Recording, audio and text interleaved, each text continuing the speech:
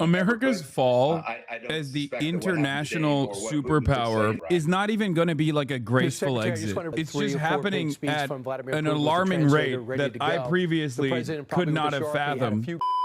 Between President Trump and Volodymyr Zelensky has evolved over the years. It looks like this is about to start. We see President Trump and Vladimir Putin. Let's listen in.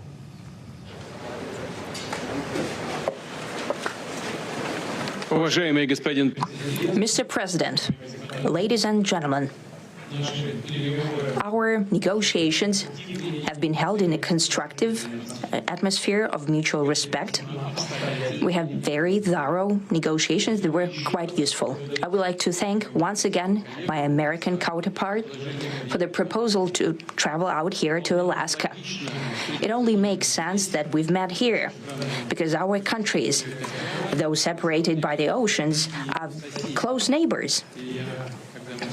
So when we've met, when I came out of the plane and I've said, "Good afternoon, dear neighbor. Very good to see you.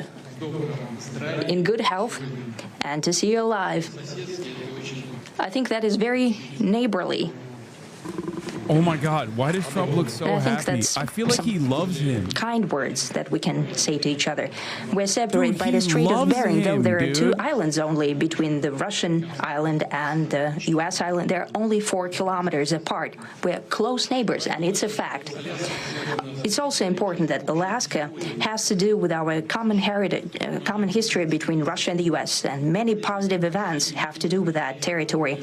Still, there is tremendous cultural heritage back from the Russian America. For example, Orthodox churches and a lot of more than 700 geographical names of Russian origin.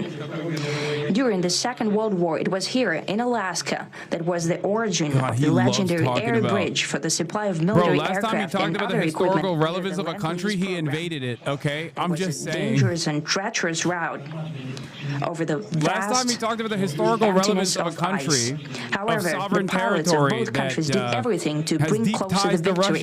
They risked their lives and they gave it all for the common victory. I was just in the city of Magadan in Russia, and there is a memorial there dedicated to the Russian and the U.S. pilots. And there are 2 flags, the U.S. flag and the Russian flag. And I know that here as well, there is such a memorial. There is a military burial place several kilometers away from here. The Soviet pilots are buried there who died during that dangerous mission. We're thankful to the citizens and the government of the U.S. for carefully taking care of their memory. I think that's very worthy and noble. We'll always remember other historical examples when our countries defeated common enemies together in the spirit of battle camaraderie and allyship that supported each other and facilitated each other. I'm sure that this heritage will help us rebuild and foster mutually beneficial and equal joint invasion of Ukraine. At this new stage, no summits between Russia and the U.S. for 4 years, and that's a long time. This time was very hard for bilateral relations, and let's be frank, they've fallen to the lowest point since the Cold War. I think that's not benefiting our countries and the world as a whole. It is apparent that sooner or later we had to amend the situation to move on from the confrontation to dialogue. And in this case, a personal meeting between the heads of state has been long overdue. Naturally, under the condition of serious and painstaking work, and this work has been done in general. Me and President Trump have very good direct contact. We've spoken multiple times. We spoke frankly on the phone. And special envoy of the president, Mr. Witkoff, traveled out to Russia several times. Our advisors and heads of foreign ministries kept in touch all the time.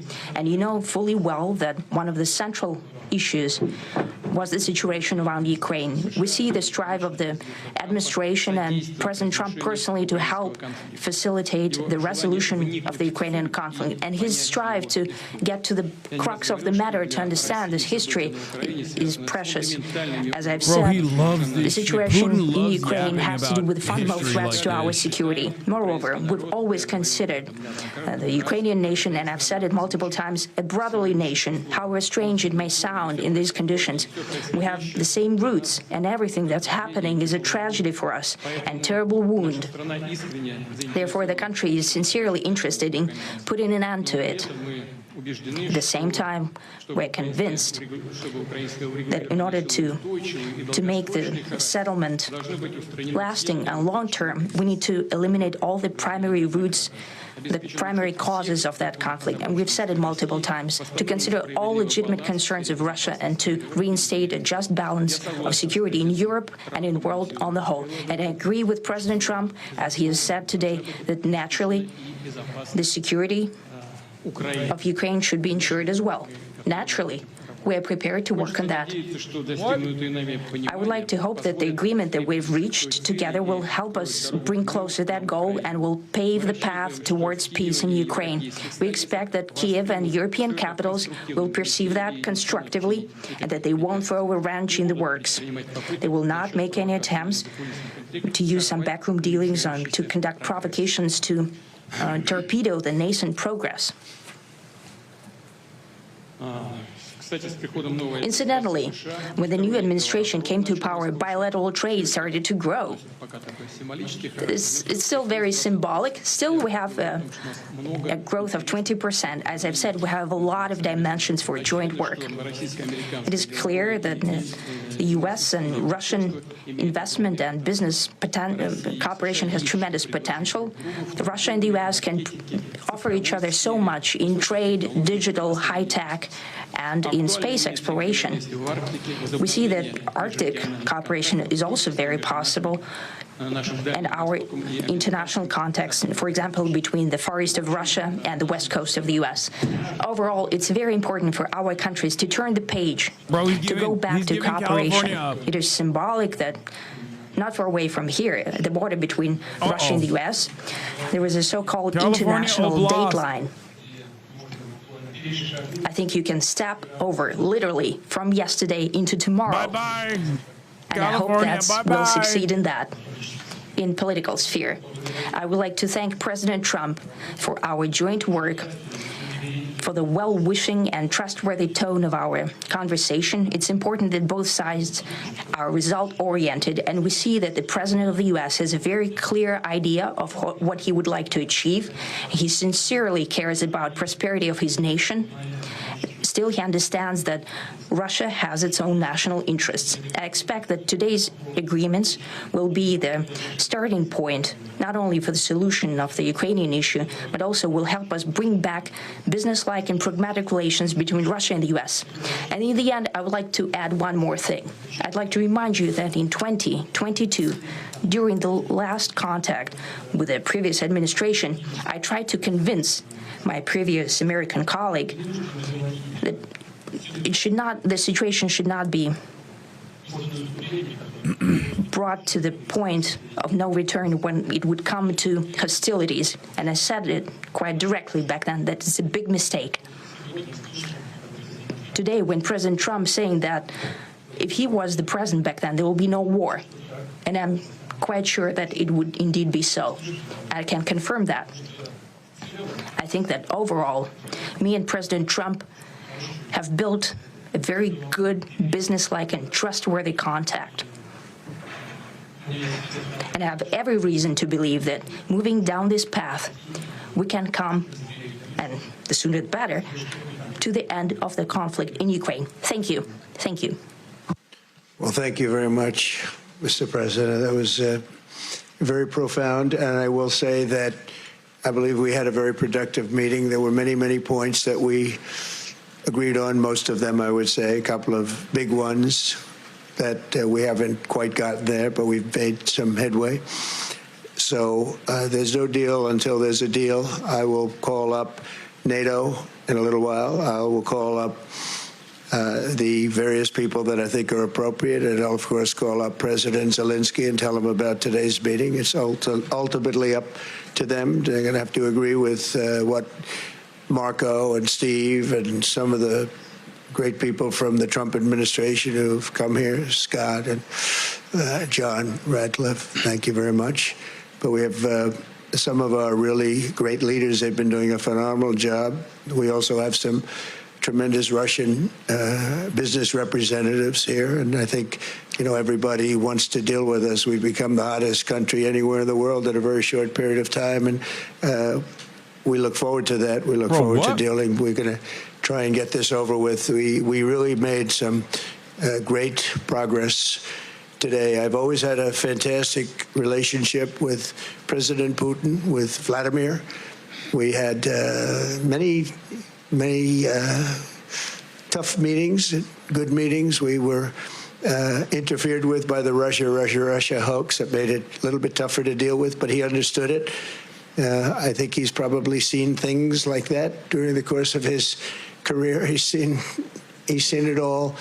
But we had to put up with the Russia hoax. He knew it was a hoax, and I knew it was a hoax. But what was done was very criminal. But it made it harder for us to deal as a country in terms of the business and all of the things that we'd like to have dealt with. But we'll have a good chance when this is over. So just to put it very quickly, I'm going to start making a few phone calls and tell them what happened. But we had an extremely productive meeting, and many points were agreed to. There are just a very few that are left. Some are not that significant. One is probably the most significant. But we have a very good chance of getting there. We didn't get there, but we have a very good chance of getting there. I would like to thank President Putin and his entire team, who I know in many cases, other than that, whose faces I get to see all the time in the newspapers. You're almost as famous as the boss. But especially this one right over here. But we had some good meetings over the years, right? Good, productive meetings over the years, and we hope to have that in the future. But let's do the most productive one right now. We're going to stop really 5, 6, 7,000, thousands of people a week from being killed, and President Putin wants to see that as much as I do. So, again, Mr. President, I'd like to thank you very much, and we'll speak to you very soon and probably see you again very soon. Thank you very much, Vladimir. Next time in Moscow. Oh, that's an interesting one. I don't know. I'll get a little heat on that one, but I could see it possibly happening. Thank you very much, Vladimir. And thank you all. Thank you. Thank you. Thank you so much. So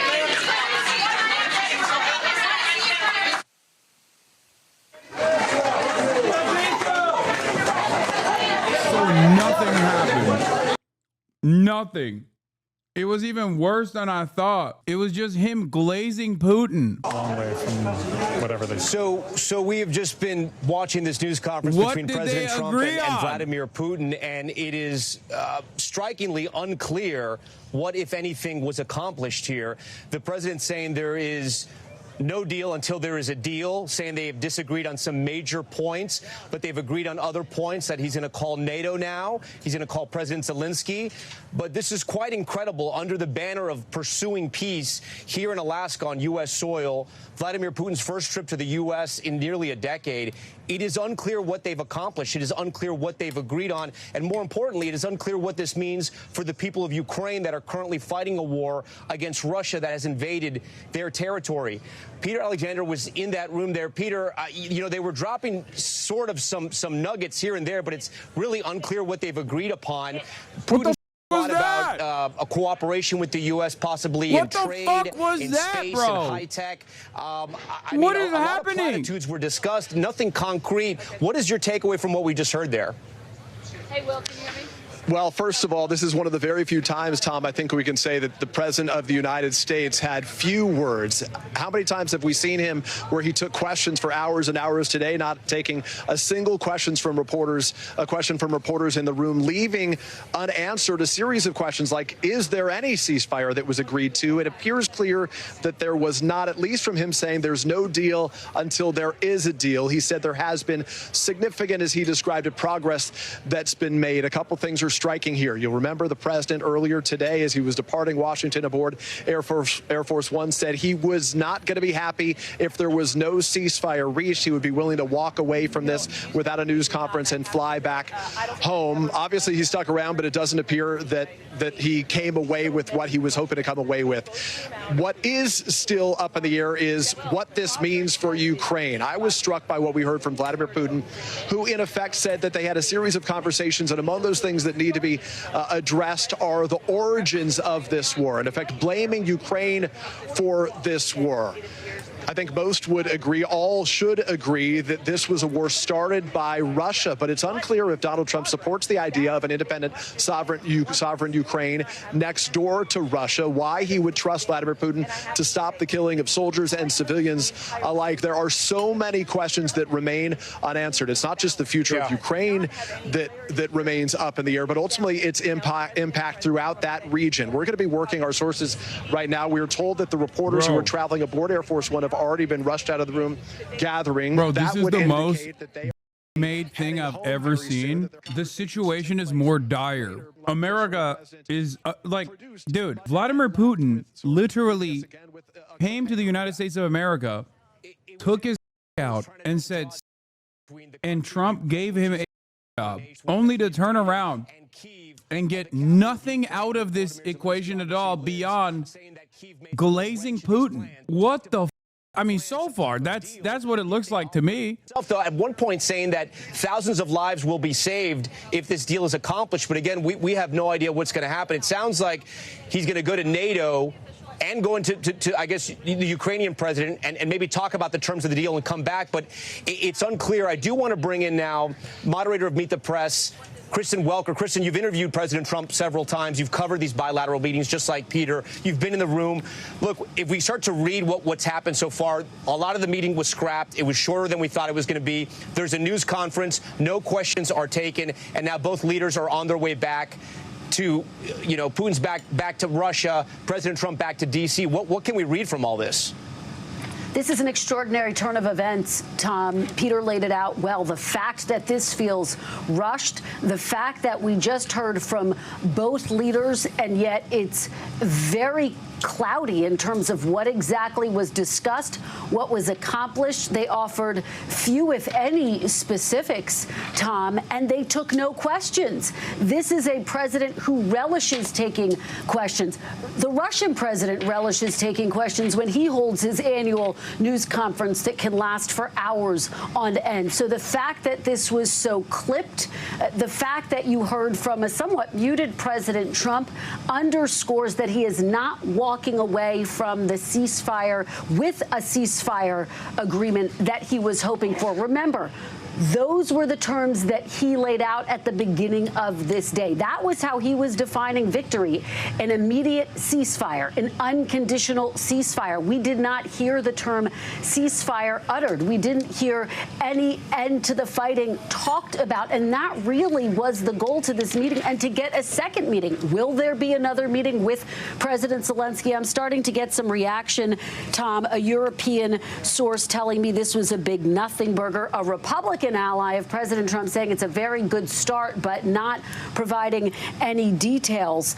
And a Democratic Okay, we got to watch Fox. Really we got to see the spin. Trump said he could go to Moscow, brother. What are you talking about? U.S. soil here, and that left the media scrambling to get their headsets in. Usually it is the the leader of the country, the host country of a summit, that speaks first and addresses the room in their language. But Putin started right off in Russian, and we all had to get our headsets on and listen to him rattle off this diatribe about the history of the U.S.-Russia relationship, making some allusions to something that Even we didn't Fox get many News details is on. him a bit. But you hear also, that? Without knowing the full background of it, there was something that he said that was a little bit alarming, I thought, that seemed like some of the things that he has done in the past, setting up false flags and that kind of thing, saying that we hope that Ukraine doesn't do anything to sabotage the progress that we made today, knowing full well that Ukraine has agreed to a ceasefire unconditionally for the last several months, and it has been Russia that has not agreed to a ceasefire. That was President Trump's main objective today. And when we did hear from the president, he said, we didn't get there, but we think that we can. So a lot of questions remaining for the President, Trump, not just about what was discussed in that room and what might be happening now, but also how that all happened back there. It was just very unusual, atypical, and I think we're all awaiting, the readout, because the way that it felt in the room was not good. It did not seem like things went well, and it seemed like Putin came in and steamrolled, got right into what he wanted to say, and got his photo next to the president and then left. Of course, that is only the piece of the picture that we have right now, and certainly President Trump, who is the host and who is the president, would not want to, I think, enable something that would make him look weak. But we are eagerly awaiting to hear the background on that. And I will also note that we didn't see any sort of scowls on the faces of the likes of Steve Witkoff or Secretary Rubio or any of the other members of the U.S. delegation. And I think had it been concerning, we might have seen something there. But just to paint a picture for you of in the room, how it felt, what we're wondering about, what we need to know to put the pieces together and fully understand what we all just witnessed. Yeah, Right. I guess you have great sources, and so does a lot of people, and we'll try to put this thing together. The other thing is, it's really not between the U.S. and Russia, as you know, Jackie. It's between the U.S., it's between Ukraine and Russia. We're almost listening to say, is there a chance, is there a path to a ceasefire? And if not, the president's going to make evaluations from there, because he said definitely more likely now after and the arms are going to continue to. And so, therefore, if Vladimir Putin thinks he's steamrolled or thinks he's got a victory, if a victory is us with more sanctions and more arms, that doesn't look like a victory to me.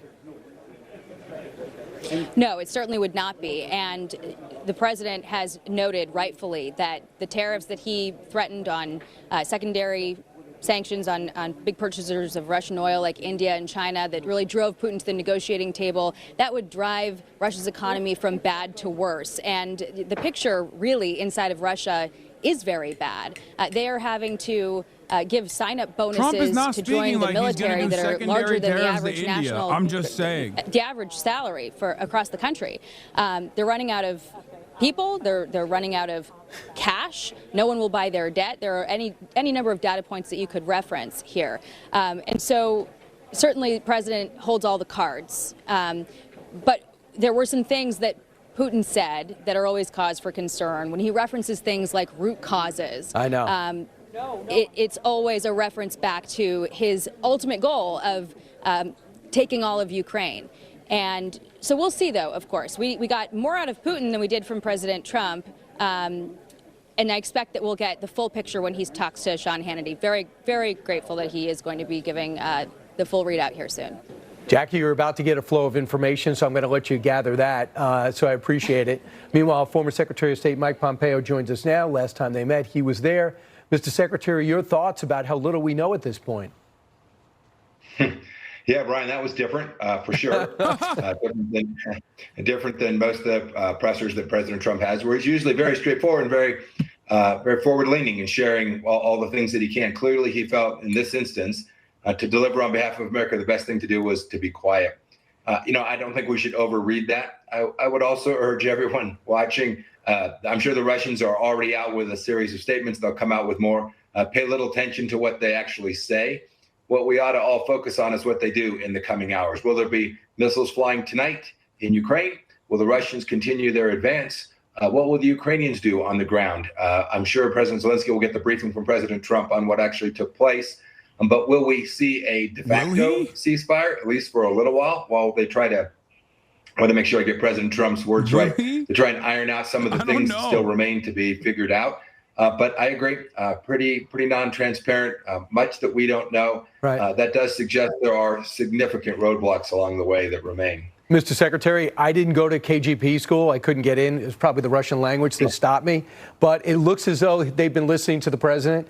If in 2022 I met with President Biden, he essentially said, and I said it doesn't have to come to a war. We don't need these hostilities. But he didn't seem to care, so we had a war. So blame President Biden for that. And he also went on to say there wouldn't have been a war if President Trump had been president. That's exactly what President Trump feels. Also, they went out of their way, even before the summit, to establish in the past how America worked together in World War II, putting roses on your monument, symbolizing U.S.'s role in defeating Nazi Germany. He also went out of his way to talk about this has been the lowest point in the Cold War, but we have so much in common. Look, we're neighbors. Do you want to read into that a little bit?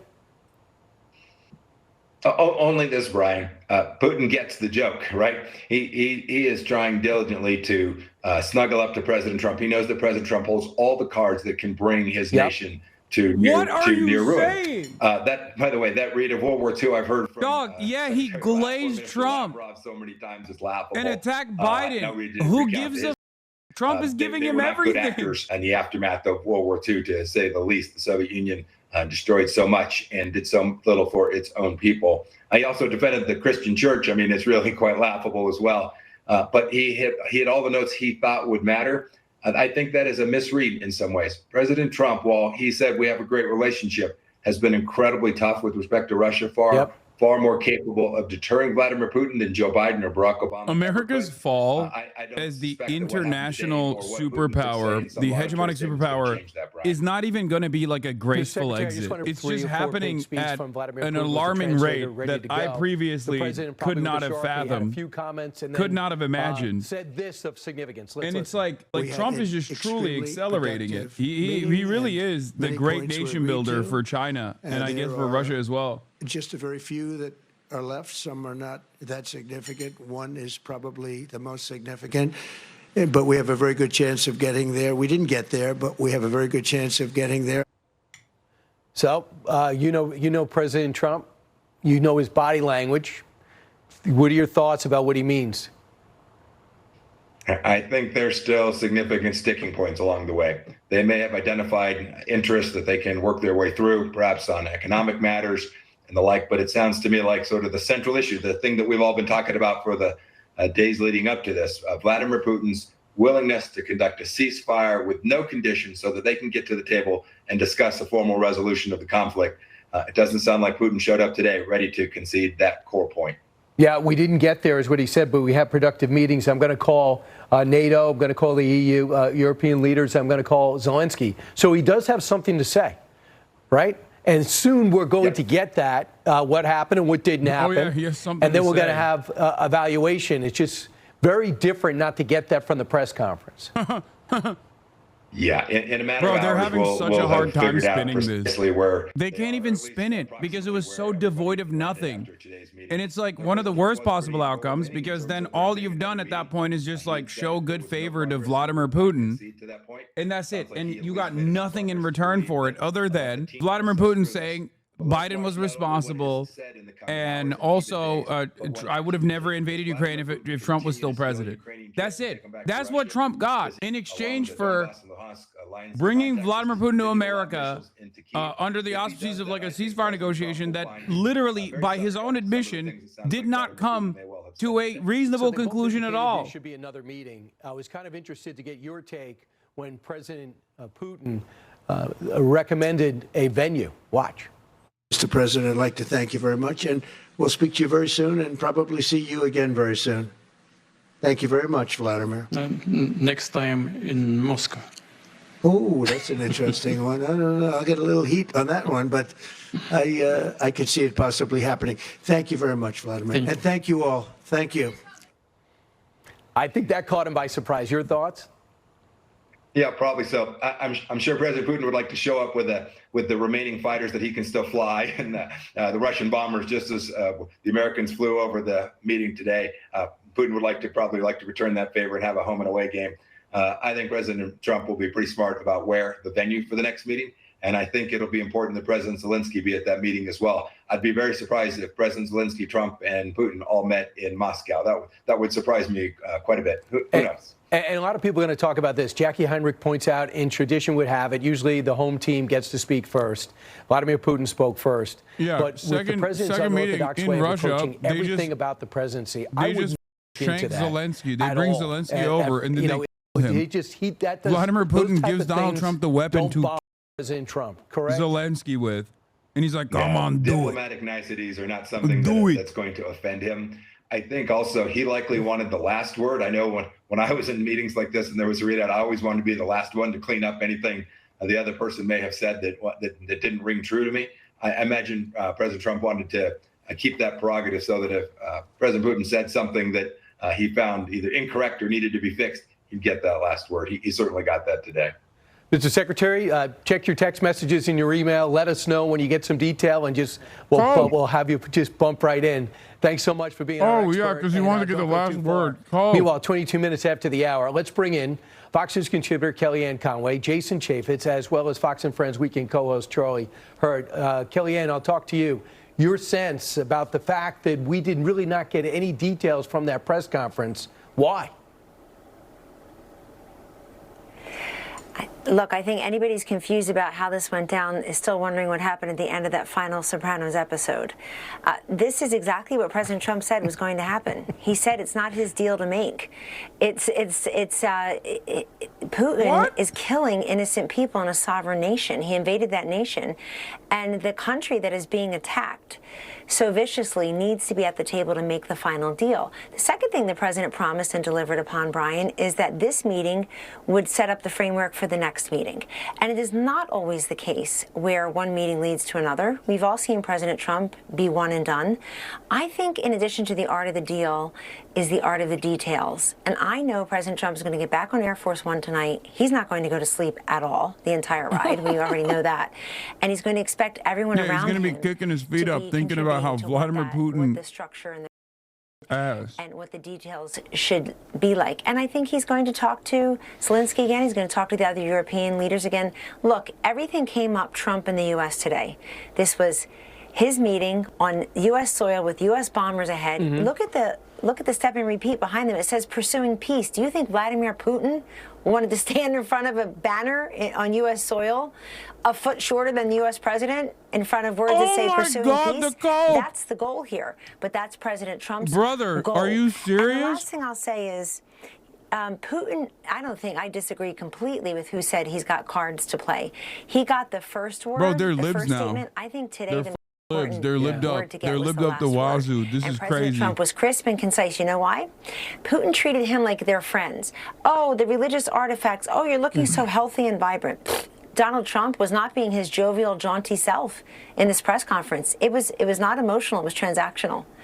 And I think it's because Putin knows Trump can crush Russia's economy with primary sanctions like he's done before and these secondary sanctions for countries like India and China who are buying Russian oil. I think it's a huge win this is for peace worse today and a than huge I win thought. for our president. Yeah, and when we get details, I'll know. Okay, this deal, this fake deal that wasn't a deal at all is literally even worse than we previously thought. If this is the spin, so far, they both the came spin out. is, I think that's actually a good wow, line that Putin Donald had, Trump and why they made laughed. Vladimir Putin look short in comparison in front of a banner that says pursuing peace. No kidding. I think it's a huge win for President Trump, for the United States. There is but one superpower in this world. It's the United States of America, both militarily and economically. You had the visuals on the military side, but both President Putin and President Trump talked about the economic strength. I also don't think this is all about Ukraine. I think they probably had a discussion that was much broader than that. I think this has to do with China. I think it has to do with Israel. I think it has to do with where Vladimir Putin... You think they talked about all that? I think they do mention that. I don't think they go 3 hours with maps. Well, because I think they actually go through and they want to talk about all of these places on where Russia is in the world. And we can push Russia around, because if Donald Trump decides to turn that knob and say, you're no longer going to be a participant in the world economy, then you're going to fall apart. That's why President Trump holds all the cards. And that's why John Radcliffe going, don't you think, Jason? Yes. John Radcliffe going is important because he's also, he knows what's going on in Russia. He has the intelligence. So he says, listen, I know what he's telling you, Charlie Hurt.